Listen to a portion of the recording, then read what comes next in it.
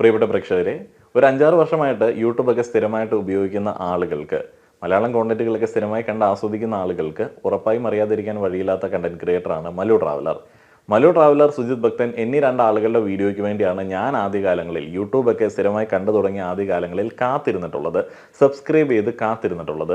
വൈകിട്ട് എൻ്റെ ജോലിയൊക്കെ കഴിഞ്ഞ് എല്ലാ പരിപാടികളും തീർത്ത് സമാധാനമായിട്ടിരിക്കുന്ന സമയത്ത് ഭക്ഷണത്തിനൊപ്പം ഇവരുടെ വീഡിയോസ് കാണുക എന്നുള്ളത് എൻ്റെ ഒരു സ്ഥിരം പരിപാടിയായിരുന്നു.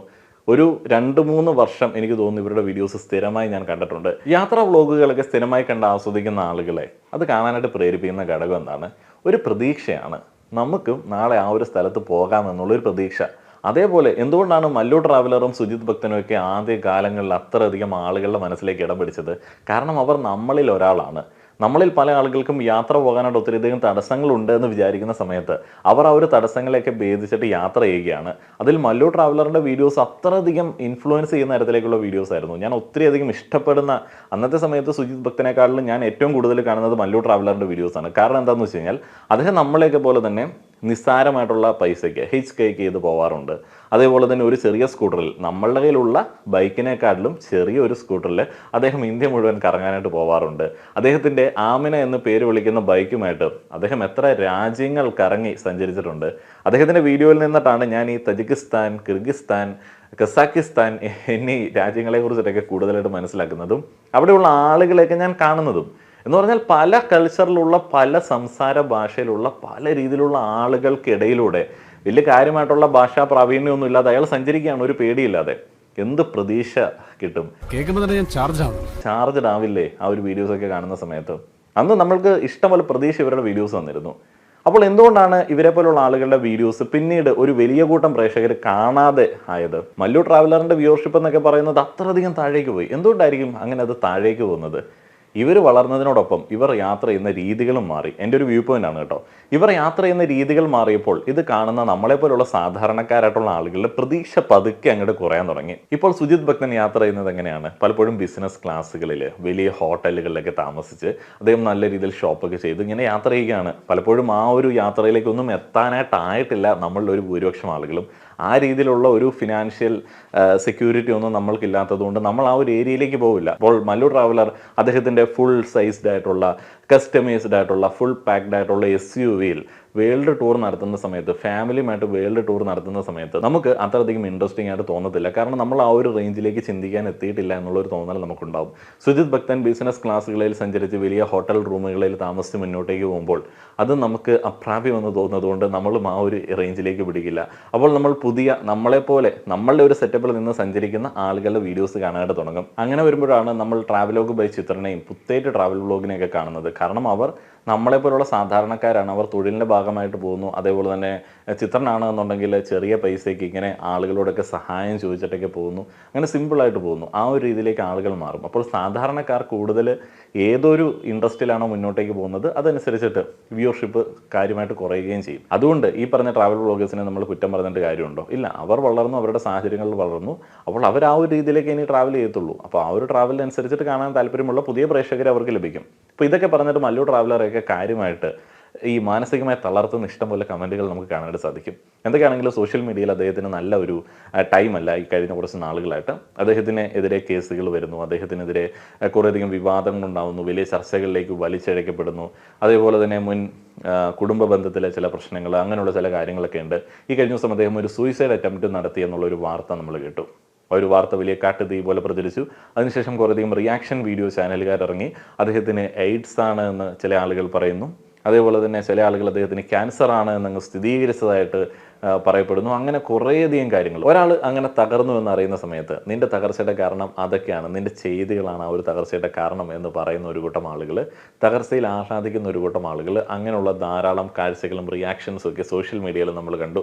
ആ ഒരു കാര്യങ്ങളൊക്കെ കംപ്ലീറ്റ്ലി മാറ്റിവെക്കാം. ഇന്ന് പറയുന്നത് മറ്റൊരു കാര്യമാണ്. അദ്ദേഹം ആ ഒരു സൂയിസൈഡ് അറ്റംപ്റ്റിന് ശേഷം ഒരു വീഡിയോ അപ്ലോഡ് ചെയ്തിരുന്നു. താൻ പൂർണ്ണമായിട്ടും ഭേദപ്പെട്ടു, താനിപ്പോൾ വളരെ ഹാപ്പിയാണ് എന്നൊക്കെ പറഞ്ഞൊരു വീഡിയോ അപ്ലോഡ് ചെയ്തിരുന്നു. ആ ഒരു വീഡിയോയെ കുറിച്ചിട്ടാണ് ഇന്നത്തെ വീഡിയോയിൽ സംസാരിക്കുന്നത്. അദ്ദേഹത്തിൻ്റെ ആ ഒരു അവസ്ഥയെ നിരാകരിക്കാൻ വേണ്ടിയോ അദ്ദേഹത്തിൻ്റെ വേദനയെ കുറച്ച് കാണാൻ വേണ്ടിയോ അദ്ദേഹം പറയുന്ന കാര്യങ്ങൾ തെറ്റാണെന്ന് പറയാൻ വേണ്ടിയോ അദ്ദേഹം ഫേക്കായിട്ടാണ് ചില കാര്യങ്ങൾ നമ്മുടെ മുൻപിലേക്ക് പ്രസൻറ്റ് ചെയ്യുന്നത് എന്ന് പറയാനായിട്ടോ അല്ല ഞാൻ ഈ ഒരു വീഡിയോ ചെയ്യുന്നത്. അതൊന്നും എൻ്റെ സബ്ജക്റ്റ് അല്ല. ഇങ്ങനെയുള്ള വീഡിയോസിൽ കൂടെ അദ്ദേഹം ഇൻഫ്ലുവൻസ് ചെയ്യുന്ന ഒരു കൂട്ടം ആളുകളിലേക്ക് കൊടുക്കുന്ന റോങ് ആയിട്ടുള്ള ചില മെസ്സേജുകളെ കുറിച്ചിട്ടാണ് ഇന്നത്തെ വീഡിയോയിൽ പറയുന്നത്. അദ്ദേഹം ഒരു ഇൻഫ്ലുവൻസർ അല്ലേ? അതെ, അദ്ദേഹം ഇൻഫ്ലുവൻസ് ചെയ്തിട്ടുണ്ട്. ഡിഗ്രി കഴിഞ്ഞപ്പോൾ ഞാൻ എൻ്റെ ബൈക്ക് ഉപയോഗമില്ലാത്തതുകൊണ്ട് കാർ ഉള്ളതുകൊണ്ട് വിറ്റു.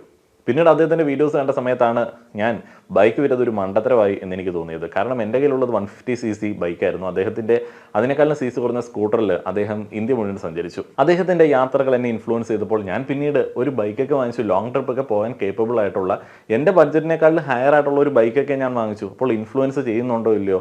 എന്നെ തന്നെ ഇൻഫ്ലുവൻസ് ചെയ്തിട്ടുണ്ട്. അപ്പോൾ അദ്ദേഹത്തെ കേൾക്കുന്ന അദ്ദേഹത്തെ ഇഷ്ടപ്പെടുന്ന ആളുകളെ ഇൻഫ്ലുവൻസ് ചെയ്യും. അതുകൊണ്ടാണ് ഈ ഒരു കാര്യങ്ങൾ പറയുന്നത്. അദ്ദേഹം ഫ്രണ്ട്ഷിപ്പിനെ കുറിച്ചിട്ടും ലോൺലൈനെസ്സിനെ കുറിച്ചിട്ടും മാനസിക ആരോഗ്യത്തെ കുറിച്ചിട്ടൊക്കെ കുറേയധികം ക്ലാസ്സുകൾ എടുത്ത് കൊടുക്കുന്നുണ്ട്.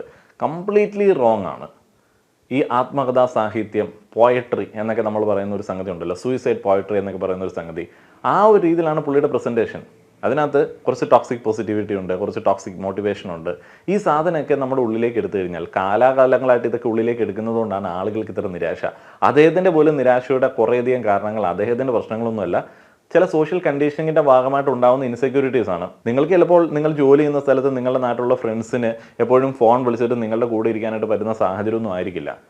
അതുകൊണ്ട് നിങ്ങൾ ഫ്രണ്ട്സ് ഇല്ലാത്ത ഒറ്റപ്പെട്ട ഒരു മനുഷ്യനാണോ? അതൊക്കെ ജീവിതത്തിലെ ഓരോ സാഹചര്യങ്ങളാണ്. അപ്പോൾ ഫ്രണ്ട്സ് ഇല്ലാത്തതുകൊണ്ട് ഞാൻ ഡിപ്രഷനിലേക്ക് പോകുന്നു എന്നൊക്കെ ഇങ്ങനെ പറഞ്ഞു കഴിഞ്ഞാൽ, ഫ്രണ്ട്സ് ഇല്ലാത്തതുകൊണ്ട് ആളുകൾ ഡിപ്രഷനിലേക്ക് പോകാൻ സാധ്യതയുണ്ട് എന്നൊക്കെ പറഞ്ഞു കഴിഞ്ഞാൽ, അല്ലെങ്കിൽ ഫ്രണ്ട്സ് വേണം നമുക്ക് ജീവിക്കാൻ എന്നൊക്കെ പറഞ്ഞു കഴിഞ്ഞാൽ, ഇത് എല്ലാ ആളുകൾക്കും അപ്ലൈ ചെയ്യാൻ പറ്റുന്ന സംഗതിയാണോ? അല്ല. ജീവിതത്തിൻ്റെ നാൾ വഴികളിൽ ഓട്ടോമാറ്റിക്കായിട്ട് നമുക്ക് ഉണ്ടാവുന്നതാണ് സൗഹൃദങ്ങൾ. അതിനെക്കുറിച്ചിട്ട് ഞാൻ പറയാം, വിശദമായിട്ട് ഞാൻ പറയാം. അദ്ദേഹത്തിൻ്റെ വീഡിയോ ഞാനൊന്ന് പ്ലേ ചെയ്യാം. ഞാൻ എൻ്റെ ലൈഫിൽ നിങ്ങൾ എന്നെ കാണുന്നതാണ്, ഞാൻ ട്രാവൽ ചെയ്യുന്നു, അല്ലെങ്കിൽ ഞാൻ ഒരുപാട് സ്പെൻഡ് ചെയ്യുന്നു, ഒരുപാട് പൈസയിലാണ്. നിങ്ങൾ തന്നെ കാണുന്നില്ല. എൻ്റെ ലൈഫ് എങ്ങനെയാണ് ഞാൻ പറഞ്ഞത് എക്സാക്ട്ലി. അഫ്കോഴ്സ് സാമ്പത്തികപരമായിട്ടൊക്കെ ഉണ്ട്, അത് ശരിയാണ്. പക്ഷേ എൻ്റെ ലൈഫിൽ ഞാൻ എൻ്റെ ആദ്യകാലം മുതൽ ഒറ്റക്കാര്യം ജീവിച്ചത്. എനിക്ക് അതിന് ക്ലോസ് ഫ്രണ്ട്സോ കാര്യങ്ങളൊന്നും എനിക്കില്ല. നമ്മൾ ചില ബൈക്കേഴ്സ് ഗ്യാങ്സ് ഉണ്ടാവും, അല്ലെങ്കിൽ വേറെ റിലേറ്റഡ് കുറച്ച് ഗ്രൂപ്പ്സ് ഉണ്ടാവും. അപ്പോൾ അവരെന്തെങ്കിലും ആവശ്യം ഉണ്ടെങ്കിൽ നമ്മൾ ഒരുമിച്ച് ട്രാവൽ ചെയ്യുന്നല്ലാതെ എൻ്റെ കൂടെ നിങ്ങൾക്ക് ഒരിക്കലും ഗ്യാങ്ങായിട്ട് കാണാൻ പറ്റില്ല. ഒരു ടീം ഒരിക്കലും എൻ്റെ അടുത്തില്ല. അപ്പോൾ പല ഇൻഫ്ലുവൻസസ് ആണെങ്കിലും അവർക്ക് അവിടെ ഒരു ടീം ഉണ്ട്. പക്ഷേ എനിക്കതില്ല. ഞാൻ ഇപ്പോൾ ഒറ്റക്കാണ്. ഞാൻ യാത്ര ഒറ്റക്കാണ്. യാത്ര ചെയ്യുന്ന സ്ഥലങ്ങളിൽ കാണുന്ന ആൾക്കാരാണ് നിങ്ങൾ വീഡിയോയിൽ കാണുന്നത്. ഇപ്പോൾ യുഎയിലാണ് ഞാൻ ഒറ്റക്കാണ്, ഇപ്പോഴും ഞാൻ ഒറ്റക്കാണ്. ഓൾവേസ് എൻ്റെ ജീവിതം ഒറ്റക്കായിരുന്നു. അങ്ങനെ ഒറ്റയ്ക്ക് ജീവിക്കുന്നതിനിടയിൽ എനിക്ക് ആകെ സംസാരിക്കാൻ കിട്ടുന്ന ഒരു ഓപ്ഷൻ എന്ന് പറയുന്നത് ക്യാമറയാണ്. ഞാൻ യൂട്യൂബിൽ കരിയർ തുടങ്ങിയിട്ട് ഇപ്പം 2018 തുടങ്ങി 7 വർഷമായി. ഈ 7 വർഷമായിട്ട് ഞാൻ ഏറ്റവും കൂടുതൽ സംസാരിച്ചത് ക്യാമറയോടാണ്, നിങ്ങളോടാണ്. ഇപ്പം ഞാൻ ഇവിടെ ഇരിക്കുന്നുണ്ട്, ഞാനിപ്പോൾ സംസാരിക്കുന്നത് ക്യാമറയിൽ നോക്കിയിട്ടാണ്. ഞാനൊരു മനുഷ്യനോട് സംസാരിക്കുന്നത് 7 വർഷമായിട്ട് ഞാൻ എന്നോട് തന്നെ ഇങ്ങനെ ഓട്ടോമാറ്റിക് സംസാരിച്ചു കൊടുക്കില്ല. അപ്പോൾ എന്ത് സംഭവിച്ചത്, എന്റെ മൈൻഡിൽ ശരിക്കും സാരമായിട്ട് ബാധിച്ചിട്ടുണ്ട്. ശരിക്കും ബാധിച്ചിട്ടുണ്ട്. കാരണം എനിക്ക് ലോൺലെസ് ഫീൽ ആവാൻ തുടങ്ങി. എപ്പോഴും ഒറ്റക്കാണ്, അങ്ങനെയാണ് ഇങ്ങനെ ചിന്തകളൊക്കെ വന്നപ്പോൾ എനിക്ക് ഭയങ്കര ലോൺലെസ് ഫീൽ ആവാൻ തുടങ്ങി. കുറച്ച് കാലം ഞാൻ ബ്ലോഗിങ് സ്റ്റോപ്പ് ചെയ്തു. ബ്ലോഗിങ് സ്റ്റോപ്പ് ചെയ്തപ്പം ഞാൻ ബാങ്ക് ആയിപ്പിച്ചേക്കും. കാരണം എനിക്ക് സംസാരിക്കാൻ അറിയില്ല. ക്യാമറയിലാണെന്ന് സംസാരിക്കുക, അതും നിന്നു. അപ്പൊ ഞാൻ ഓൾവേസ് ഞാൻ മൂടി ആവുന്നുണ്ട്. എനിക്ക് എന്തൊക്കെയോ കാര്യങ്ങൾ പറയാനുണ്ട്, പക്ഷേ എനിക്ക് പറയാൻ പറ്റുന്നില്ല, കേൾക്കാൻ ആളില്ല. എനിക്ക് എന്റെ കാര്യങ്ങൾ പറയുമ്പോൾ അത് കേൾക്കാൻ എനിക്ക് ആളില്ല ലൈഫിൽ. അപ്പൊ അങ്ങനത്തെ സിറ്റുവേഷൻ വന്നപ്പം ഞാൻ ഭയങ്കരമായിട്ട് മെന്റലി ഡൗൺ ആകാൻ തുടങ്ങി. ശരിക്കും ഡൗൺ ആകാൻ തുടങ്ങി. പക്ഷെ നമുക്ക് ഒരിക്കലും പുറത്തെടുക്കാൻ പറ്റില്ല. കാരണം ഒരുപാട് ആൾക്കാരുണ്ട്, നമ്മൾ തളരുന്നുണ്ടോ, നമ്മൾ തകരുന്നുണ്ടോ എന്ന് നോക്കുന്നത് ഒരുപാട് ആൾക്കാരുണ്ട്. അപ്പം അതുകൊണ്ട് തന്നെ ഞാൻ മാക്സിമം പിടിച്ചു. ഇതിൽ ആദ്യത്തെ ഒരു പോർഷൻ തന്നെ, ഈ ഒരു വീഡിയോ മുഴുവനായിട്ട് ഞാൻ ഓൾറെഡി കണ്ടിട്ടുണ്ട്. അതുകൊണ്ടാണ് ഞാൻ ഈ ഒരു ആദ്യത്തെ പോർഷനെ കുറിച്ചിട്ട് തന്നെ പറയുന്നത്. ഇതിൽ അദ്ദേഹം തന്നെ അദ്ദേഹത്തിൻ്റെ ചില പ്രശ്നങ്ങളെക്കുറിച്ച് കണ്ടെത്തിയതായിട്ട് പറയുന്നുണ്ട്. എന്താണ് അദ്ദേഹം മെൻ്റലി ഡൗൺ ആയതിൻ്റെയും അദ്ദേഹം ഒരു ഡിപ്രഷൻ കൈൻഡ് ഓഫ് സിറ്റുവേഷനിലേക്ക് പോയതിൻ്റെയും, ഡിപ്രഷനാണോ എന്നുള്ളത് എനിക്കറിയില്ലല്ലോ, അപ്പോൾ പോയതിൻ്റെയും ഒരു കാരണമായിട്ട് അദ്ദേഹം പറയുന്നത് എന്തുകൊണ്ടാണ്, ജീവിതത്തിലുടനീളം താൻ ഒറ്റയ്ക്കായിരുന്നു, തനിക്ക് അങ്ങനെ ക്ലോസ് ഫ്രണ്ട്സൊന്നുമില്ല, താൻ എപ്പോഴും ക്യാമറയോടാണ് സംസാരിക്കുന്നത്, അതുകൊണ്ടാണ് തൻ്റെ മൈൻഡിനെ അത് ബാധിച്ചത്. നമുക്ക് എങ്ങനെ പറയാൻ പറ്റും? അയാൾക്ക് തന്നെ എങ്ങനെ അത് പറയാനായിട്ട് പറ്റും? ഈ മാനസികാരോഗ്യവുമായി ബന്ധപ്പെട്ട ചില തെറ്റിദ്ധാരണകളൊക്കെയാണ്. നമുക്ക് എങ്ങനെയാണ് ഈ ഫ്രണ്ട്സ് ഇല്ലാത്തതുകൊണ്ടാണ് നമ്മൾ മെൻ്റലി ഡൗൺ ആയത്, ഡിപ്രസ്ഡ് ആയത് എന്നൊക്കെ തോന്നിയത്? ആരൊക്കെയോ പറഞ്ഞു കേട്ടിട്ടാണ്. അല്ലെങ്കിൽ നമ്മൾ വിചാരിക്കുന്ന സോഷ്യൽ മീഡിയയിൽ കുറേയധികം ആളുകൾ അവരുടെ ഫ്രണ്ട്സിൻ്റെ കൂടെ ഫോട്ടോ ഒക്കെ ഇടുമ്പോൾ അവർ വളരെയധികം ഹാപ്പിയാണ്, അങ്ങനെ ഫ്രണ്ട്സ് ഉണ്ടെങ്കിൽ നമ്മൾ ഹാപ്പി ആവത്തുള്ളൂ എന്നൊക്കെ നമ്മൾ ചിന്തിക്കുന്നു. പക്ഷെ അങ്ങനെയല്ല. മാനസികാരോഗ്യവുമായി ബന്ധപ്പെട്ട് ഇങ്ങനെയുള്ള കാര്യങ്ങൾ സ്വന്തം ലൈഫിലും മറ്റുള്ള ആളുകളുടെ ലൈഫിലും പരിശോധിച്ച് പറഞ്ഞു കൊടുക്കരുത്. ഒത്തിരിയധികം പ്രശ്നങ്ങൾ കൊണ്ടായിരിക്കാം നിങ്ങൾക്ക് ഫ്രണ്ട്സ് ഇല്ലാതെ വരുന്നത്. ഒത്തിരിയധികം പ്രശ്നങ്ങൾ കൊണ്ടായിരിക്കാം നിങ്ങൾക്ക് ആത്മാർത്ഥ സൗഹൃദങ്ങൾ ഫീൽ ചെയ്യാത്തത്. ഒത്തിരിയധികം പ്രശ്നങ്ങൾ കൊണ്ടായിരിക്കാം നിങ്ങൾക്ക് എപ്പോഴും ഈ മെൻ്റലി ഡൗൺ ആവുന്ന, ക്യാമറ നോക്കി സംസാരിച്ചാൽ മാത്രമേ ഞാൻ ഓൺ ആവത്തുള്ളൂ എന്നുള്ളൊരു ചിന്ത വരുന്നത്. ട്രോമ എന്നൊക്കെ പറയുമ്പോൾ നമുക്കിപ്പോൾ കോമഡിയാണ്. കാരണം എല്ലാ ആളുകളും ആ ഒരു വേർഡൊക്കെ ഓവർ യൂസ് ചെയ്ത് മൊത്തത്തിൽ കോമഡിയാക്കി കളഞ്ഞു. ട്രോമകൾ എന്ന് പറയുന്ന ഒരു സംഗതിയുണ്ട്. ഈ ഫ്രണ്ട്സ് എങ്ങനെയാണ് ഉണ്ടാവുന്നത്? ഇപ്പോൾ മല്ലു ട്രാവലറിന് പെട്ടെന്ന് തോന്നി ഫ്രണ്ട്സ് ഇല്ല, അപ്പോൾ കുറച്ച് ഫ്രണ്ട്സിനെ ഉണ്ടാക്കാം, അപ്പോൾ ഞാൻ മാനസികമായിട്ട് ഓക്കെ ആകും എന്ന് വിചാരിച്ചിട്ട് ഓടിപ്പോയി ഉണ്ടാക്കാൻ പറ്റുന്നതാണോ ഫ്രണ്ട്സ്? അല്ല. ഫ്രണ്ട്ഷിപ്പ് എങ്ങനെയാണ് ഉണ്ടാവുന്നത്? എനിക്ക് ഇഷ്ടം പോലെ ഫ്രണ്ട്സ് ഉണ്ട്, വളരെ കോൺഫിഡൻ്റ് ആയിട്ട് ഞാനത് എപ്പോഴും പറയുന്ന ഒരു കാര്യമാണ്. അപ്പോൾ പല മേഖലകളിൽ ഇഷ്ടം പോലെ ആത്മാർത്ഥമായിട്ടുള്ള സുഹൃത്തുക്കളുണ്ട്. അവർ ഒത്തിരിയധികം എന്നെ സഹായിച്ചിട്ടുണ്ട്. എൻ്റെ ഒരു വളർച്ച, ഞാനിപ്പോൾ സാറ്റിസ്ഫൈഡ് ആയിട്ട് എത്തി നിൽക്കുന്ന ഈ ഒരു ലെവൽ, ഞാൻ പ്രതീക്ഷിക്കാത്ത ഈ ഒരു നിലയിലേക്ക് ഞാൻ എത്തിയത് എൻ്റെ ഫ്രണ്ട്സിൻ്റെയൊക്കെ ഒരു ഹെൽപ്പ് കൊണ്ടാണ്. അവിചാരിതമായിട്ട് ഫ്രണ്ട്ഷിപ്പുകൾ ഉണ്ടാവുന്നതും അത് കാലങ്ങളോളം തുടരുന്നതും ആരും വിട്ടു പോകാത്തതും ഞാൻ വളരെ അത്ഭുതത്തോടെ നോക്കി കാണാറുണ്ട്. അതിൽ പല ഫ്രണ്ട്ഷിപ്പുകളും ഉണ്ടായതിൻ്റെ ഒരു സാഹചര്യമൊക്കെ പഠിക്കുന്ന സമയത്താണ് മനസ്സിലാവുന്നത് നമ്മുടെയൊക്കെ ഇടപെടൽ കൊണ്ടാണ് ഫ്രണ്ട്ഷിപ്പ് ഉണ്ടാകുന്നത്. അതേപോലെ നമ്മൾ മനസ്സിലാക്കുക, ഫ്രണ്ട്ഷിപ്പ് എന്ന് പറയുന്നത് ഒരിക്കലും ഈ ഗീവ് മാത്രമോ അല്ലെങ്കിൽ ടേക്ക് മാത്രമല്ല. എന്നെ കേൾക്കാൻ ഒരു കൂട്ടം ഫ്രണ്ട്സ് എനിക്ക് ഉണ്ടാവണം, അങ്ങനെയാണെങ്കിൽ എൻ്റെ പ്രശ്നം തീരും. അതൊരു പിടിവാശിയാണ്, അതൊരു സ്വാർത്ഥതയാണ്. നമ്മളെ കേൾക്കാൻ വേണ്ടി ആളുകളെ സെറ്റ് ചെയ്ത് നിർത്തുക എന്ന് പറയുന്ന ഒരു സ്വാർത്ഥതയാണ്. നമ്മൾ അവർക്ക് കേൾക്കാൻ വേണ്ടി മാത്രം ഇങ്ങനെ പറഞ്ഞുകൊണ്ടിരിക്കുക എന്ന് പറയുന്ന ഒരു സ്വാർത്ഥ ചിന്താഗതി വെച്ചുകൊണ്ട് നടന്നാൽ തന്നെ നമുക്ക് ഫ്രണ്ട്സൊന്നും ഉണ്ടാവില്ല. നമ്മൾ അവരെ ബുദ്ധിമുട്ടിക്കാതിരിക്കുക. അവർ മനുഷ്യന്മാരാണ്, അവർക്കും സമയമുണ്ട്, അവർക്കും പ്രശ്നങ്ങളുണ്ട് എന്നുള്ളത് മനസ്സിലാക്കുക. അവരെന്തെങ്കിലും പറഞ്ഞു കഴിഞ്ഞാൽ കേൾക്കാനായിട്ട് ശ്രമിക്കുക.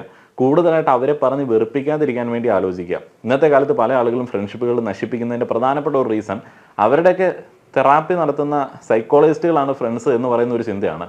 എല്ലാ ഇമോഷണൽ ഗാർബേജ് അവരിലേക്ക് കൊണ്ട് ഇടുകയല്ലേ. ഇപ്പോൾ ഇങ്ങനെയുള്ള ടോക്സിക് മെസ്സേജുകൾ കൊടുത്തു കഴിഞ്ഞാൽ എന്താണ് പ്രശ്നം? ഇപ്പോൾ നമ്മുടെ കൂടെയുള്ള ഫ്രണ്ട്സ് അവർക്ക് 100 വർഷം ഉണ്ടാവും. അവർ നിങ്ങളുടെ ഈ പറയുന്ന കഥ മൊത്തം കേൾക്കാനായിട്ട് ആഗ്രഹിക്കുന്ന ആളുകളായിരിക്കില്ല. അപ്പോൾ തന്നെ നിങ്ങൾ പറയും അവർ ജെന്യുവൻ ഫ്രണ്ട്സ് അല്ല, അവരെന്നെ കേൾക്കുന്നില്ല. അങ്ങനെയൊന്നുമല്ല നമ്മൾ ഫ്രണ്ട്ഷിപ്പിനെ ഡിഫൈൻ ചെയ്യേണ്ടത്.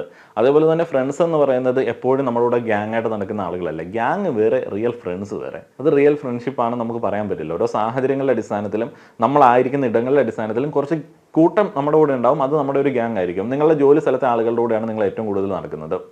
ചിലപ്പോൾ നിങ്ങളുടെ ഏറ്റവും ജെന്യുവൻ ആയിട്ടുള്ള ഫ്രണ്ട്സ് എന്ന് നിങ്ങൾ വിചാരിക്കുന്ന, നിങ്ങളുടെ ആത്മാർത്ഥ ഫ്രണ്ട്സ് എന്ന് നിങ്ങൾ വിചാരിക്കുന്ന ആളുകൾ അതിൽ 1-2 ഒക്കെ ഉണ്ടാവത്തുള്ളൂ. പക്ഷേ ആളുകൾ നോക്കുമ്പോൾ ഫുള്ള് നിങ്ങളുടെ ഗ്യാങ്ങിൽ അവരുണ്ട്. ഇപ്പോൾ നിങ്ങളുടെ വളരെ ജെന്യുവൻ ആയിട്ടുള്ള ഒരു ഫ്രണ്ട്, അവൻ എല്ലാ ദിവസവും രാവിലെ തൊട്ട് വൈകിട്ട് വരെ കൂലിപ്പണിക്ക് പോകുന്നവനാണ്. അവനിപ്പോൾ നിങ്ങളോട് കറങ്ങെടുക്കാനായിട്ട് സമയമൊന്നും ഉണ്ടാവത്തില്ല. അവന് നിങ്ങൾ പറയുന്നൊന്നും കേട്ടോണ്ടിരിക്കാനായിട്ട് സമയം ഉണ്ടാവില്ല. നിങ്ങൾക്ക് കാറുണ്ട്, ബംഗ്ലാവുണ്ട്, എല്ലാം ഉണ്ട്. പക്ഷേ അവന് നിങ്ങൾ പറയുന്നൊന്നും കേട്ടോണ്ടിരിക്കാനായിട്ട് സമയമില്ല. അവന് പണിക്ക് പോകേണ്ടതുണ്ട്. അവൻ ജെന്യുവൻ ഫ്രണ്ടാണോ അല്ലയോ? അവൻ ജെന്യുവൻ ഫ്രണ്ടാണോ എന്ന് അറിയണമെന്നുണ്ടെങ്കിൽ ഒരു ക്രിട്ടിക്കൽ സിറ്റുവേഷൻ വരണം. ആ ഒരു സമയത്ത് നമുക്ക് വലിയൊരു ബുദ്ധിമുട്ട് വന്ന് നിങ്ങളെല്ലാം പോകുന്ന സമയത്തായിരിക്കും അവൻ അവൻ്റെ ഭാര്യയുടെ കെട്ടുതാലിയും പണയം വെച്ച് പണമായിട്ട് നിങ്ങളുടെ അടുത്തേക്ക് വരുന്നത്. അപ്പോൾ നമ്മൾ ഈ ജഡ്ജ്മെൻറ്റുകൾ, ഈ ഫ്രണ്ട്ഷിപ്പ്, എൻ്റെ ഫ്രണ്ട്സൊന്നും അങ്ങനെയല്ല, എനിക്കങ്ങനെ നല്ല ഫ്രണ്ട്സ് ഇല്ല എന്നൊക്കെ പറഞ്ഞിട്ടുള്ള ജഡ്ജ്മെൻറ്റുകൾ നിങ്ങളുടെ വായിൽ നിന്ന് വരുന്ന സമയത്ത് തന്നെ നിങ്ങൾക്ക് സൗഹൃദങ്ങൾ ഉണ്ടാവില്ല. അത് മെയിനായിട്ട് മനസ്സിലാക്കുക. നമ്മളിൽ പല ആളുകൾ സൗഹൃദങ്ങളിൽ കാണിക്കുന്ന ഏറ്റവും വലിയ തെറ്റെന്താണെന്ന് വെച്ച് കഴിഞ്ഞാൽ നമ്മൾ അവരെ ഇങ്ങനെ അളക്കുകയാണ്. എത്രത്തോളം ജെന്യുവനാണ് അവരെന്നോട്, എത്രത്തോളം എൻ്റെ ബെസ്റ്റ് ഫ്രണ്ടാണ് അവർ. അങ്ങനെയല്ല, നമ്മൾ ആളുകളുടെ സുഹൃത്തായിട്ടിരിക്കുക എന്നുള്ളതേ ഉള്ളൂ. എല്ലാ മനുഷ്യന്മാരോടും നമ്മൾ ഇടപെടേണ്ട രീതിയിൽ മനുഷ്യത്വപരമായിട്ട് ഇടപെട്ട് കഴിഞ്ഞാൽ തന്നെ വലിയ കുഴപ്പമൊന്നുമില്ല. നിങ്ങളൊന്ന് ആലോചിച്ച് നോക്കുക, ഈ ലോകത്തുള്ള ഒരു ബഹുഭൂരിപക്ഷം ആളുകളും നിങ്ങൾ പറയുന്നത് പോലെ ഗ്യാങ്ങായിട്ട് നടക്കുന്ന ആളുകളൊന്നുമല്ല. എല്ലാ ദിവസവും രാവിലെ മുതൽ ലേറ്റ് നൈറ്റ് വരെ തുറക്കുന്ന കടകളുണ്ട്. ആ കടയിലെ ചേട്ടന്മാർ രാവിലെ മുതൽ വൈകിട്ട് വരെ കടയിലാണ്. അവിടെ വരുന്ന കസ്റ്റമേഴ്സുമായിട്ടാണ് അവരുടെ ദിവസം പങ്കിടുന്നത്. അവർ വീട്ടിലേക്കുള്ള അന്നത്തിന് വേണ്ടി രാവിലെ മുതൽ വൈകിട്ട് വരെ പണിയെടുക്കുകയാണ്. ഇങ്ങനെ എല്ലാ ദിവസവും പണിയെടുക്കുന്ന ആളുകളുണ്ട്. നമുക്ക് എല്ലാവരും ഉണ്ട്. നമ്മളും എല്ലാവർക്കും ഉണ്ടെങ്കിൽ മാത്രം എല്ലാ ആൾക്കാരും നമുക്കുണ്ട്. അതേപോലെ തന്നെ നമ്മൾ എപ്പോഴും കംപ്ലീറ്റ്ലി ഒറ്റയ്ക്ക് തന്നെയാണ് ചില കാര്യങ്ങളൊക്കെ ചെയ്യേണ്ടത്. എസ്പെഷ്യലി നമ്മളുടെ മാനസികാരോഗ്യവുമായി ബന്ധപ്പെട്ട കാര്യങ്ങൾ. ആരും നമ്മുടെ ചുറ്റുമുള്ള ആരും നമ്മളുടെ തെറാപ്പിസ്റ്റുകളോ സൈക്കോളജിസ്റ്റുകളോ അല്ല. ഇനി ബാക്കി കേൾക്കട്ടെ. കുറച്ച് ദിവസം മുന്നേ പക്ക ഞാൻ ഡൗണായി. അപ്പോൾ എനിക്ക് തോന്നി ബ്രേക്ക് എടുക്കണം, എനിക്ക് എല്ലാത്തിനും ബ്രേക്ക് എടുക്കണം തോന്നി, എനിക്ക് മാറണം തോന്നി. അങ്ങനെയാണ് ഞാനൊരു ശാരീരിക അസുഖം എന്ന് പറഞ്ഞിട്ട് ഞാൻ ബ്രേക്ക് എടുത്തു. ഞാൻ ട്രാവൽ ചെയ്തു.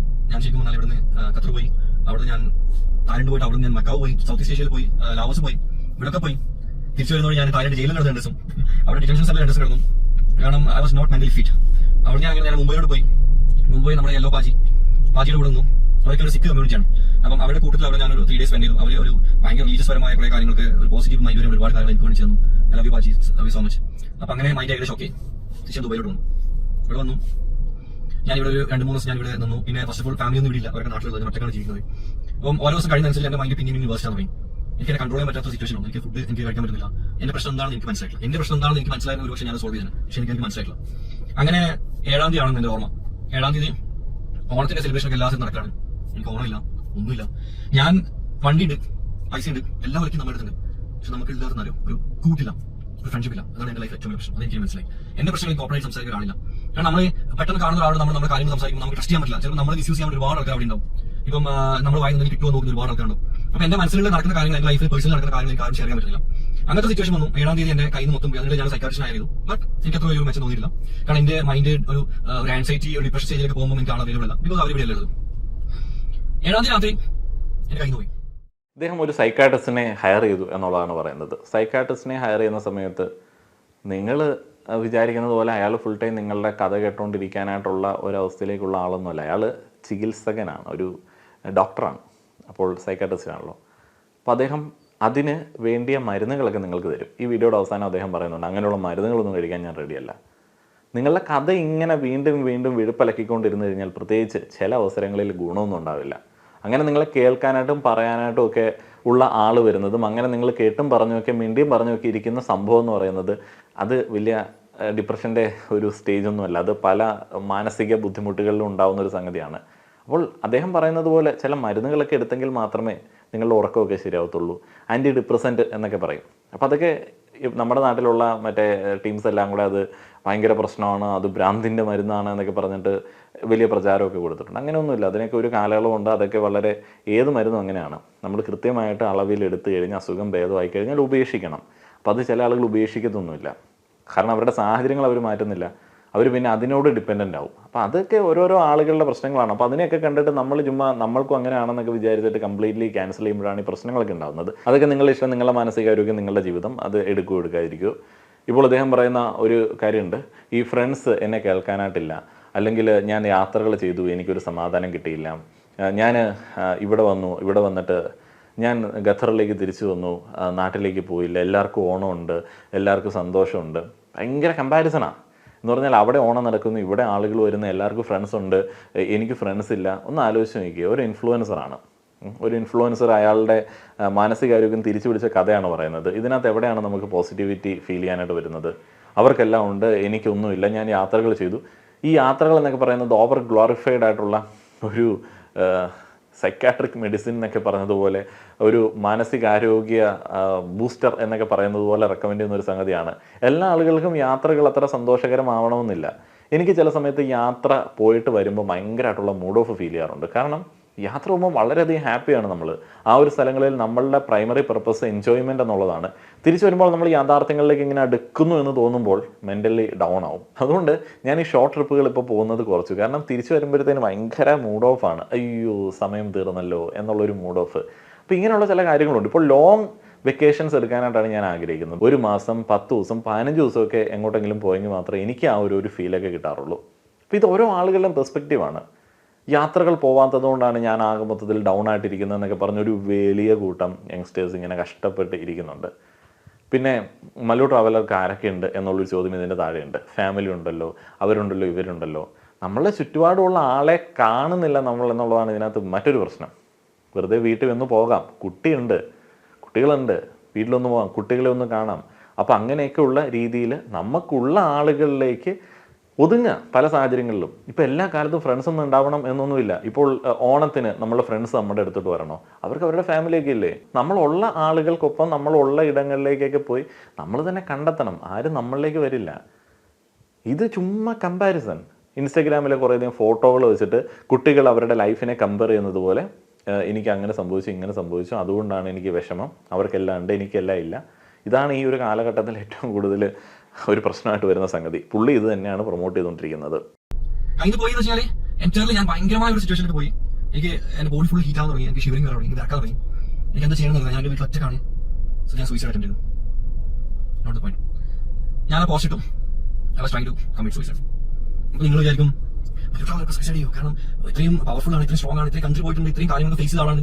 പക്ഷേ നിങ്ങൾ മനസ്സിലാക്കുന്നത് നമ്മുടെ ശരീരത്തിൽ ഏറ്റവും സൂപ്പർ പോയിന്റ് ഇതായോ? നമ്മുടെ തലയാ. ക്യാൻസറോ ബാക്കിയൊന്നുമില്ല, നമ്മുടെ തലയാണ്. ഒരു സെക്കൻഡ്, ഒരു നൂലഴ തെറ്റിയാൽ മതി. ഈ ഒരു സെക്കൻഡിന്റെ ഒരു നൂലഴ നമുക്ക് തെറ്റുമ്പോഴാണ് നമ്മുടെ കൈ പോകുന്നത്. നമുക്ക് പറഞ്ഞു തരാൻ ആളില്ലെങ്കിൽ, ആ സമയത്ത് നമ്മുടെ കൂടെ എടുക്കാൻ ആളില്ലെങ്കിൽ നമ്മുടെ കൈ പോകും. സോ അങ്ങനെ ആദ്യമായിട്ട് എന്റെ ലൈഫിൽ ഞാൻ അറ്റൻഡ് ചെയ്തു. എങ്ങനെ ചെയ്തു ഞാൻ പറഞ്ഞില്ല. നിജീഷ് ഉണ്ടായിരുന്നു ഇവിടെ, നമ്മുടെ നിജീഷ്. അവൻ വിളിച്ചു. സോ അവന് മനസ്സിലായി ഞാനൊരു വല്ലാത്ത മുകളിൽ. അവൻ ഓടി വന്നു. അവൻ വണ്ടി എടുത്ത് കംപ്ലീറ്റ് ക്യാമറ വെച്ച് ഓടി വന്ന് എന്റെ വീട്ടിൽ വന്നു. അവൻ എന്നെ പൊക്കി, എന്റെ മൊബൈൽ കാര്യങ്ങളൊക്കെ വാങ്ങി വെച്ചു. അടുത്ത ഫ്ലൈറ്റിന് നാട്ടിലോട്ട്, കൊച്ചിയിലോട്ട് പോയി. 10 ദിവസമായിട്ട് ഞാൻ ഇന്നാണ് ഈ ഒരു സാധനം കൈകൊണ്ടുള്ളത്. 10 days ആയിട്ട് ഇന്നാണ് ഞാൻ ഉപയോഗിക്കുന്നത്. സോഷ്യൽ മീഡിയ ഇല്ല, വാട്സപ്പ് ഇല്ല, ഫാമിലി ഇല്ല, ആരും കോണ്ടാക്ടില്ല, ഫ്രണ്ട്സുമായിട്ട് കോണ്ടാക്ടില്ല. ഞാൻ വീട്ടിൽ വിളിക്കാറില്ല, ആർക്കും അറിയില്ല എന്താ സംഭവം. പക്ഷേ എനിക്ക് അവിടെ കാര്യങ്ങൾ പറഞ്ഞിട്ടുണ്ടായിരുന്നു. ഞാൻ ആരും കോണ്ടാക്ടില്ല. കാരണം എനിക്ക് എന്റെ ലൈഫിൽ ഒരുപാട് എന്റെ മനസ്സിലുള്ള ഒരുപാട് കാര്യങ്ങൾ ക്ലീൻ ചെയ്യണമെന്നായിരുന്നു. നമ്മളൊന്ന് ഡീറ്റോക്സ് എന്തോ പറയാം, സെയിം സാധനം. 10 days എടുത്തു. ഒരു 2-3 ദിവസം കൊണ്ട് തന്നെ ഞാനത് നോർമലായി. അതിന് എന്നെ ഒരുപാട് ആൾക്കാർ സഹായിച്ചിട്ടുണ്ട്. ആക്ച്വലി ഏറ്റവും കൂടുതൽ എനിക്ക് സഹായിച്ചത് ജെൻസി കാറ്റഗറി കുറച്ച് ആൾക്കാരാണ്. പേര് ഞാൻ പറഞ്ഞില്ല. ഏറ്റവും കൂടുതൽ എന്നെ ഇവിടെ കട്ടക്കുന്നത് 2 കുട്ടികളാണ്. അപ്പൊ അവരെ എനിക്ക് എന്താ പറയാ, എനിക്ക് മെന്റലി ഒരുപാട് സ്ട്രെങ്ത് തന്നു, ഒരുപാട് കാര്യങ്ങൾ പറഞ്ഞു. പുതിയ തലമുറയാണ് നമ്മുടെ ബെറ്റർ എന്ന് എനിക്ക് മനസ്സിലായ നിമിഷമാണ്. ഓൾമോസ്റ്റ് സ്പെൻഡ് 2 days ഒരുപാട് കാര്യങ്ങൾ പറഞ്ഞപ്പോൾ എനിക്ക് മനസ്സിലായി. ഞാൻ അങ്ങനെ എനിക്ക് പക്ഷേ ഒരു സൈക്കാട്രിസ്റ്റിന്റെ അടുത്ത് പോയിട്ട് ഇംഗ്ലീഷ് മരുന്ന് കഴിക്കാൻ താല്പര്യം ഉണ്ടായിരുന്നില്ല. കാരണം വൺസ് ഞാൻ മൈൻഡ് റിലേറ്റഡ് മരുന്ന് കുടിക്കാൻ തുടങ്ങി കഴിഞ്ഞാൽ ലൈഫ് ലോങ് എനിക്ക് നിർത്താൻ പറ്റില്ല, എനിക്ക് വണ്ടി ഓടിക്കാൻ പറ്റില്ല, അങ്ങനെ ഒരുപാട് പ്രശ്നങ്ങളുണ്ട്. അപ്പോൾ ഈ ഒരു ആൻസൈറ്റി ഡിപ്രഷൻ സ്റ്റേജിൽ തന്നെ എനിക്ക് ഉറക്കമൊക്കെ വരാൻ തുടങ്ങി, ഭയങ്കരമായിട്ട് ഉറക്കം വരാൻ തുടങ്ങി. 10 days ട്രീറ്റ്മെന്റ്. ഈ 10 ദിവസം എന്താണ് പുറത്ത് നടക്കുന്നത് ഞാൻ അറിയില്ല, ഞാൻ അതിനെ പുറകെ പോയിട്ടില്ല. ഇപ്പം ഓക്കെ, ഇനി ഞാൻ ഒരിക്കലും ആവർത്തിക്കില്ല. കാരണം ഇന്ന് ഞാൻ മൊബൈല് തുറന്നു നോക്കിയപ്പം നിങ്ങൾ കണ്ട ഞാൻ ഭയങ്കര സാഡാണ്. ആ സാഡ്നെസ് ഒരിക്കലും എന്റെ പ്രശ്നങ്ങളെ പറ്റിയോ അല്ലെങ്കിൽ ഒന്നും ആലോചിച്ചില്ല, നിങ്ങളുടെ സ്നേഹം കണ്ടിട്ടാണ്. കാരണം മെസ്സേജ് എന്ന് വെച്ചാൽ എന്റെ വാട്സപ്പ് ഹാങ് ആണ്, ഇൻസ്റ്റാഗ്രാം ഹാങ് ആണ്. ഇപ്പൊ ഞാൻ ആരുമില്ല എന്ന് വിചാരിച്ചിട്ടാണ് ഞാൻ ഇങ്ങനെ ഒരു ഡിപ്രഷനിലേക്ക് പോകുന്നത്. പക്ഷേ ഈ ലക്ഷക്കണക്കിന് ആൾക്കാർ നമ്മുടെ കൂടെ നമ്മൾ ഇഷ്ടപ്പെട്ട് വരുന്നത് അറിയില്ലേ, എനിക്ക് അത്ര ഷോക്കായി പോയി. ഞാനത് പൊട്ടത്തെറ്റാ പ്രശ്നം വിചാരിച്ചത്, ഞാൻ വിചാരിച്ചത് ഇതാണ് എന്റെ മൈൻഡിൽ. ഇയാൾ എന്തുവാണ് ഈ പറഞ്ഞു വരുന്നത്? ഇയാൾക്ക് ലക്ഷക്കണക്കിന് ഫോളോവേഴ്സ് ഉണ്ടായിരുന്നു, മില്യൺ ഫോളോവേഴ്സ് ഉണ്ട്, ഇൻസ്റ്റഗ്രാമിൽ അത്രയധികം ഫോളോവേഴ്സ് ഉണ്ട്, മെസ്സേജുകളൊക്കെ സ്വാഭാവികമായിട്ട് വരാനായിട്ടുള്ള സാധ്യതയൊക്കെ ഉണ്ട്. അതിൽ നിന്ന് ഇയാൾ ഡിപ്രഷനിലേക്ക് പോയിട്ട് വീണ്ടും മെസ്സേജസ് വന്ന സമയത്ത് ആളുകൾ ഇങ്ങനെ അന്വേഷിച്ച സമയത്ത് ഞാൻ ഓക്കെ ആയി, ഞാൻ ചാർജ്ഡായി എന്നൊക്കെ പറയുമ്പോഴത്തേക്ക് ഇത് മറ്റൊരു ഡിപ്രഷൻ സാഹിത്യമാണ്. ചുമ്മാ ഒരുമാതിരി വെറുതെ ഇങ്ങനെ ചില കള്ളങ്ങളാണ് പ്രചരിപ്പിക്കുന്നത്. ആ കള്ളങ്ങൾ എന്ന് പറയുന്ന സ്വന്തം മാനസികാരോഗ്യത്തെക്കുറിച്ചിട്ടും ബാക്കിയുള്ള ആളുകൾ മാനസികാരോഗ്യത്തെ നോക്കി കാണേണ്ട രീതിയെക്കുറിച്ചിട്ടുള്ള കള്ളങ്ങളാണ് പ്രചരിപ്പിക്കുന്നത്. ജനസി കുട്ടികളായിട്ടുള്ള ചില ആളുകൾ എന്നോട് ഒത്തിരി നേരം സംസാരിച്ചു, അല്ലെങ്കിൽ അവരെന്നെ ഹെൽപ്പ് ചെയ്തുകൊണ്ട് ഞാനിപ്പോൾ മെൻ്റലി ഓക്കെ. പിന്നീട് 10 ദിവസത്തിന് ശേഷം ഫോൺ തുറന്നു നോക്കിയപ്പോൾ ഞാൻ ഞെട്ടിപ്പോയി, നിങ്ങളുടെ സ്നേഹം കണ്ട് എൻ്റെ കണ്ണ് നിറഞ്ഞുപോയി. എന്താണ് ഇതിൻ്റെ സൊല്യൂഷൻ? ഇവിടെ എന്തിലാണ് ആളുകൾ ഇതിലേത് കേട്ടിട്ടാണ് ആളുകൾ പോസിറ്റീവ് ആവേണ്ടത്? സൂയിസൈഡ് അറ്റംപ്റ്റ് ചെയ്ത ഒരു വ്യക്തിയാണ് വന്നിട്ടിരുന്ന് മെസ്സേജ് വന്നപ്പോഴത്തേന് എല്ലാവരും അന്വേഷിച്ച സമയത്ത് ഞാൻ മിടുക്കനായി എന്നൊക്കെ പറയുന്നത്. അറ്റൻഷൻ സീക്കിങ്ങിന് വേണ്ടി സൂയിസൈഡ് അറ്റംപ്റ്റ് അല്ലെങ്കിൽ സൂയിസൈഡ് ഭീഷണികളൊക്കെ മുഴക്കുന്ന ആളുകളുണ്ട്. ഒരു സൂയിസൈഡ് അറ്റംപ്റ്റ് അല്ലെങ്കിൽ ഒരു സൂയിസൈഡ് ഭീഷണി എന്നൊക്കെ കേൾക്കുന്ന സമയത്ത് തന്നെ അതിനകത്ത് കോമൺ ആയിട്ട് മനസ്സിലാവുന്ന ഒരു സംഗതി ഉണ്ട്, അയാൾ ഒരു അറ്റൻഷൻ ആഗ്രഹിക്കുന്നുണ്ട്, ഒരു അറ്റൻഷൻ. ആ ഒരു അറ്റൻഷൻ കിട്ടിക്കഴിഞ്ഞ് കഴിഞ്ഞാൽ ഞാൻ ഓക്കെ ആകും എന്നൊക്കെ പറഞ്ഞു കഴിഞ്ഞാൽ നിങ്ങൾ എന്ത് മെസ്സേജാണ് കൊടുക്കുന്നത്? അല്ലെങ്കിൽ നിങ്ങൾ മിണ്ടായിരിക്കണം നിങ്ങൾ സൂയിസൈഡ് അറ്റംപ്റ്റ് ചെയ്തു എന്നുള്ളത്. നിങ്ങൾ ആളുകളുടെ അറ്റൻഷൻ കിട്ടാൻ വേണ്ടി നിങ്ങൾ സോഷ്യൽ മീഡിയയിൽ ഒരു സൂയിസൈഡ് അറ്റംപ്റ്റിനെ കുറിച്ചിട്ട് പോസ്റ്റ് ഇട്ടു. ഇപ്പോൾ സൂയിസൈഡ് ചെയ്യാനായിട്ട് ജെന്യുവൻലി ചിന്തിക്കുന്ന ഒരാളാണെങ്കിൽ ആരും അറിയാതെ എവിടെയെങ്കിലും പോയി തീരത്തല്ലേ ഉള്ളൂ. അറ്റൻഷൻ സീക്കിങ്ങിന് വേണ്ടി ഈ സൂയിസൈഡ് എന്ന് പറയുന്ന ഒരു കാര്യം എടുത്ത് പറയുന്ന ആൾക്കാരെ എനിക്ക് തീരെ പിടിക്കത്തില്ല. അതേപോലെ തന്നെ അതിൽ നിന്ന് അദ്ദേഹം തിരിച്ചു വന്ന ഒരു രീതി, ഇത്രയധികം ആളുകളുണ്ടെന്ന് എനിക്ക് മനസ്സിലായെന്നൊക്കെയാണ് പുള്ളി പറയുന്നത്. ആ പറയുന്ന ആളുകൾക്ക് അയാളുടെ ഫോളോവേഴ്സ് ലിസ്റ്റിൽ പണ്ട് മുതലുള്ള ആളുകളൊക്കെ ആയിരിക്കും. അപ്പോൾ അവർ മെസ്സേജ് അയച്ചു. അങ്ങനെയല്ലേ ആളുകൾ ഒരു ആവശ്യം വരുന്ന സമയത്തല്ലേ ആളുകൾക്ക് മെസ്സേജ് ചെയ്യത്തുള്ളൂ. എപ്പോഴും നിങ്ങളെ പാമ്പർ ചെയ്ത് നിങ്ങളെ ചുറ്റിനും ഇരിക്കാനായിട്ട് എപ്പോഴും ആളുകൾക്ക് പറ്റുമോ? ഇല്ല. അപ്പോൾ നിങ്ങൾ അറ്റൻഷൻ സീക്കിങ്ങിന് വേണ്ടി ഇമാതിരി ചില വിഡ്ഢിത്തരങ്ങളൊക്കെ കാണിച്ചിട്ട് അവരെല്ലാം വന്ന് അന്വേഷിക്കുമ്പോഴത്തേക്ക് എല്ലാവരും എനിക്കുണ്ട് എന്നൊക്കെ പറയുന്നത് എന്ത് മെച്യൂരിറ്റി ഇല്ലാത്ത വർത്താനാണ്. ഇനി ബാക്കി ഒരുപാട് പേര് എനിക്ക് ക്യാൻസർ എന്ന് പറഞ്ഞ വീഡിയോ ഇട്ടുണ്ട്, ഒരുപാട് പേര് ഞാൻ ആക്സിഡന്റ് ആയിട്ട് കിടക്കുന്ന പറഞ്ഞ വീഡിയോ ഇട്ടുണ്ട്. പിന്നെ ഒരു വ്യക്തി എനിക്ക് എയ്ഡ്സ് എന്ന് പറഞ്ഞിട്ട് പറഞ്ഞു നടക്കുന്നുണ്ട്. എൻ്റെ എല്ലാ ഫ്രണ്ട്സിനും ഈ ചങ്ങാതി മെസ്സേജ് ഉണ്ട് എനിക്ക് എയ്ഡ്സ് എന്ന് പറഞ്ഞിട്ട്, അവൻ്റെ എല്ലാ ഫ്രണ്ട്സിനും മെസ്സേജ് ഉണ്ട്, ഒരുപാട് ഇൻഫ്ലുവൻസേഴ്സ് മെസ്സേജ് ഉണ്ട് എനിക്ക് എയ്ഡ്സ് എന്ന് പറഞ്ഞിട്ട്. ഇവിടുന്നാണ് ഇവർക്ക് ന്യൂസ് ഇട്ട് എനിക്കറിയാം. പിന്നെ റിയാക്ഷൻ വീഡിയോസ് ആൾക്കാരുടെ എനിക്ക് പ്രത്യേകിച്ച് ഒരു ദേഷ്യമില്ല, കാരണം പലരും വളരെ വിഷമത്തോട് കൂടിയാണ് വീഡിയോസ് ഒരുപാട് വീഡിയോസ് ഇടുന്നുണ്ട്. അങ്ങനെയാണ് ഞാൻ വീഡിയോ പറയുന്നത്. അവർക്ക് എന്നോട് സ്നേഹമാണ് ആ വീഡിയോ കാണിച്ചത്. അപ്പോൾ അവരെ ആരോ പറഞ്ഞ് പഠിച്ചിട്ടുണ്ട്. റിയാക്ഷൻ വീഡിയോ ചെയ്യുന്ന ആൾക്കാരൊക്കെ ആരോ പറഞ്ഞ് പഠിച്ചിട്ടുണ്ട് എനിക്ക് ക്യാൻസർ ആണ്, എനിക്ക് എയ്ഡ്സ് ആണ്. അത് നിങ്ങൾ എന്താ തിരുത്തണം? കാരണം സമൂഹത്തിന് മുന്നിൽ ഞാനൊരു മരിക്കാൻ പോകുന്ന ഒരു വ്യക്തി എന്ന രീതിയിലാണ് സമൂഹത്തിന് മുന്നിൽ നിങ്ങൾ കാണിച്ചിട്ടുള്ളത്. ആരാണോ നിങ്ങൾക്ക് ആ ഇൻഫർമേഷൻ പാസ് ചെയ്ത് അവരോട് തീർച്ചയായും നിങ്ങൾ ചോദിക്കണം എന്താണ് സോഴ്സ് എന്നത്. ഇയാൾ എന്തൊരു ഫേക്കാണ് ഈ ഒരു സ്റ്റേറ്റ്മെൻറ്റുകളിൽ. റിയാക്ഷൻ വീഡിയോ ചെയ്യുന്ന പാവങ്ങളെ ആരോ പറഞ്ഞ് പറ്റിച്ചിട്ടുണ്ട്. ഒരാൾ അങ്ങനെ മെസ്സേജ് അയച്ചു, അതുകൊണ്ട് എല്ലാവരും തെറ്റിദ്ധരിക്കപ്പെട്ടു. റിയാക്ഷൻ വീഡിയോ ചെയ്യുന്ന ആളുകളൊക്കെ വിഷമിച്ചിട്ടാണ് വീഡിയോ ചെയ്യുന്നത്. പിന്നെ പച്ച മനുഷ്യ മാംസം കൊത്തിപ്പറിക്കുന്ന വൃത്തികെട്ടവന്മാരാണ് ഇവിടെയുള്ള റിയാക്ഷൻ ചാനലുകളിൽ ഇതുപോലുള്ള വാർത്തകളെ കുറിച്ചിട്ട് സംസാരിക്കുന്നവന്മാർ. അങ്ങനെയുള്ളവന്മാരെ ഇങ്ങനെ പതപ്പിക്കുന്ന എന്തിനു വേണ്ടിയാണ്? പുള്ളി ഇതൊക്കെ കൊണ്ട് മുന്നോട്ടേക്ക് പോകാനായിട്ട് ആഗ്രഹിക്കുന്ന ഒരാളാണ്, അവരെ പിണക്കാനായിട്ട് ആഗ്രഹിക്കുന്നില്ല. അവരെ ഒരു ടൂളായിട്ട് പുള്ളിക്ക് ഉപയോഗിക്കേണ്ടതുണ്ട്. കേൾക്കുന്ന നമ്മളൊക്കെ എന്നെ പൊട്ടന്മാരാണോ, വിഡ്ഢികളാണോ? പ്രേക്ഷകർ ഇങ്ങനെ അണ്ടർസ്റ്റിമേറ്റ് ചെയ്യരുത്. ഒരു ഇൻഫ്ലുവൻസറും ഒരു പേഴ്സണൽ നമ്പറുകളിൽ നിന്നിട്ട് ആരോ ഒരാൾ ഇയാൾക്ക് എയ്ഡ്സ് ആണെന്ന് പറഞ്ഞ് ആർക്കൊക്കെ മെസ്സേജ് അയച്ചു. ഇതൊന്നും നമ്മളറിയുന്ന കാര്യമല്ല, അല്ലെങ്കിൽ മാലോകരറിയുന്ന കാര്യമൊന്നുമല്ല. ഈ പറയുന്ന കാര്യം നാട്ടുകാരെ മൊത്തം അറിയിച്ചിട്ടുള്ള കഴുകന്മാരാണ് ഈ റിയാക്ഷൻ ചാനലിലെ വൃത്തികെട്ടവന്മാർ. അങ്ങനെയുള്ളവന്മാരെ വീണ്ടും ഇയാൾ പതപ്പിക്കുന്നു. നിങ്ങൾ മാറ്റി പറയണേ, നിങ്ങൾ വിഷമിച്ചിട്ടൊക്കെ വീഡിയോ ചെയ്ത് ഞാൻ കണ്ടു. കാട്ട ആക്ടിങ് അല്ലേ? നിങ്ങൾക്ക് എന്തെങ്കിലും അസുഖം വന്നു കഴിഞ്ഞാൽ നിങ്ങൾ ചത്ത് കഴിഞ്ഞാൽ ആർക്ക് എന്ത് പ്രശ്നം? റിയാക്ഷൻ ചാനലുള്ളമാർക്ക് എന്തെങ്കിലും പ്രശ്നമുണ്ടോ? അമാർക്കൊരു വീഡിയോ ആണ്. ഒരു റിയൽ വേർപാടിൻ്റെ വേദനയോ അല്ലെങ്കിൽ നമ്മളുടെ വേണ്ടപ്പെട്ട ഒരാൾക്ക് ഒരു വലിയ അസുഖമൊക്കെ വന്നു കഴിഞ്ഞാൽ എങ്ങനെ വന്നുകൊണ്ട് വീഡിയോ ഒക്കെ ചെയ്യാൻ വേണ്ടി പറ്റും? അത് ടൈറ്റിലൊക്കെ ഇട്ട് അപ്ലോഡ് ചെയ്യാനായിട്ട് പറ്റും? ഒക്കെ ചുമ്മാ ഫേക്ക് അല്ലേ? ആ ഒരു ഫേക്കിൻ്റെ കൂടെ ചേർന്നിട്ട് പുള്ളി നമുക്കിട്ട് ഒരു പരിപാടി. ഇതൊന്നും കുഴപ്പമില്ല. ഇതിനകത്തൊക്കെ ഈ പറയുന്ന മാനസികാരോഗ്യം സൂയിസൈഡ് സാഹിത്യമൊന്നും ഇല്ല എന്നുണ്ടെങ്കിൽ നിങ്ങളുടെ കഥയും കഥ പറച്ചിലും കള്ളത്തരമൊക്കെ ആയിട്ട് ആ ഒരു സൈഡിൽ കൂടെ അതങ്ങ് പോയിക്കോളും. ഇതങ്ങനെയല്ലല്ലോ. ഇതിനകത്ത് എന്തൊക്കെ സാധനമാണ് അടിച്ച് കയറ്റിയേക്കുന്നത് 15 മിനിറ്റ് വീഡിയോയിൽ. നിങ്ങൾ പറയുന്നത് നിങ്ങൾക്ക് ഇപ്പോൾ വീഡിയോ കാണുമ്പോൾ പക്ഷേ നിങ്ങളുടെ അപ്പുറം നിങ്ങളുടെ ഫ്രണ്ട്സ് ഉണ്ടെങ്കിൽ നിങ്ങൾ 3-4 പേരുള്ള ഒരു ഗ്യാങ് ആണെങ്കിൽ നിങ്ങൾ ഏറ്റവും വലിയ ഭാഗ്യമാണ്. ഒരു 100 കോടി ആസിലുള്ള മനുഷ്യനെക്കാളും ഒരു 4-5 റിയൽ ഫ്രണ്ട്സ് ഉണ്ടെങ്കിൽ നിങ്ങളാണ് ലോകത്തിലെ ഏറ്റവും വലിയ ഭാഗ്യമാണ്. ഞാൻ എൻ്റെ അനുഭവത്തിൽ പഠിച്ച പാടാണ്. എത്ര പൈസ പോക്കറ്റിലുണ്ട്, എത്ര സമ്പാദിക്കുന്നത് ഒരു കാര്യമില്ല. മനസ്സിന് സമാധാനം കിട്ടണമെങ്കിൽ നമുക്ക് വേണ്ടി മരിക്കാൻ തയ്യാറുള്ളത്, നമുക്ക് വേണ്ടി എന്തും ചെയ്യാൻ കൂടെ നിൽക്കുന്നത്, നമ്മുടേത് എന്ന് നമുക്ക് പറയാൻ പറ്റുന്നത്, നമ്മൾ പകുതി എന്ന് നമുക്ക് അവകാശപ്പെടാൻ പറ്റുന്നത് നമ്മുടെ സുഹൃത്തുക്കളാണ്. പെണ്ണോ പെടക്കോഴിയോ ഒന്നുമല്ല, നമ്മുടെ സുഹൃത്തുക്കളാണ്. അങ്ങനെ ഒരു 4-5 ഫ്രണ്ട്സ് നിങ്ങളുടെ കാര്യമുണ്ടെങ്കിൽ നിങ്ങളുടെ ലോകത്തിൽ ഏറ്റവും ഹാപ്പിയസ്റ്റ് ആണ്. ഒരിക്കലും നിങ്ങളുടെ ഗുണമില്ല. ഞാൻ ഈ പോയ സിറ്റുവേഷനിൽ നിങ്ങൾ ഒരിക്കലും പോകില്ല. നിങ്ങൾക്ക് എന്തിനും സംഭവിക്കുന്നു പറഞ്ഞാൽ മുൻകൂട്ടി കാണണം. So of course money can buy happiness, but relationship no. ഒരു സെലിബ്രിറ്റിക്കോ ഒരു സിംഗറിനോ ഒരു നടനോ ഇങ്ങനെയുള്ള വ്യക്തികൾക്ക് അവർ ആ ഒരു പൊസിഷനിൽ എത്തിക്കഴിഞ്ഞ ശേഷം വരുന്ന എല്ലാ ബന്ധങ്ങളും ടെമ്പററി ആണ്. അവരുടെ ഫെയിം കണ്ടിട്ട് ആൾക്കാരായിരിക്കും. ആ ഫെയിമിൽ നിങ്ങൾക്ക് കോട്ടം പറ്റി എന്ന് തോന്നുമ്പോൾ ഒഴിവാക്കി പോകും. എത്ര വലിയ ഇൻഫ്ലുവൻസ് ആണെങ്കിലും നിങ്ങളെ ഇപ്പം പറ്റിയ ആൾക്കാർക്ക് മേ ബി 1 year നിങ്ങളെക്കാൾ ബെറ്റർ ആളുകൾ ഒഴിവാക്കി പോകും. പക്ഷെ നമ്മുടെ റിയൽ ഫ്രണ്ട്സ് നമ്മുടെ എപ്പോഴും ഉണ്ടാവും. ഞാൻ ഈ പറഞ്ഞ ഒരു പ്രശ്നം എല്ലാ ഇൻഫ്ലുവൻസും വരാൻ ചാൻസ് കുഴപ്പമാണ്. നിങ്ങളെല്ലാവരും മിക്സ് ആയിട്ട് ജീവിക്കണം, ഒറ്റയ്ക്ക് ജീവിക്കരുത്. കാരണം ഒരു ഘട്ടത്തിൽ കഴിഞ്ഞാൽ എല്ലാവരുടെ കയ്യിൽ നിന്ന് പോകും, എൻ്റെ കയ്യിൽ നിന്ന് പോയി. ഇപ്പോൾ ഈ യഥാർത്ഥ ലോൺലൈനസ് എന്നൊക്കെ പറയുന്നത് ഒരു ഇൻഫ്ലുവൻസർ വന്ന് ഇവിടെ വന്നിട്ട് കഥ പറയുന്ന പോലത്തെ ലോൺലൈനസ് ഒന്നുമല്ല. കോർപ്പറേറ്റ് ജോലികളൊക്കെ ചെയ്യുന്ന, എല്ലാ ദിവസവും രാവിലെ ജോലിക്ക് പോയിട്ട് വൈകിട്ട് വന്ന് ഒറ്റയ്ക്കൊക്കെ താമസിക്കുന്ന ചില ആളുകളെ കുറിച്ചിട്ടൊക്കെ നമ്മൾ കേട്ടിട്ടുണ്ട്. ജപ്പാനിലെ ചില ഡോക്യുമെൻ്ററീസ് നിങ്ങൾക്ക് കാണാനായിട്ട് സാധിക്കും. അതൊക്കെ ഒന്ന് കണ്ടു നോക്കുക, എന്താണ് ലോൺലൈനസ് എന്നൊക്കെ മനസ്സിലാവും.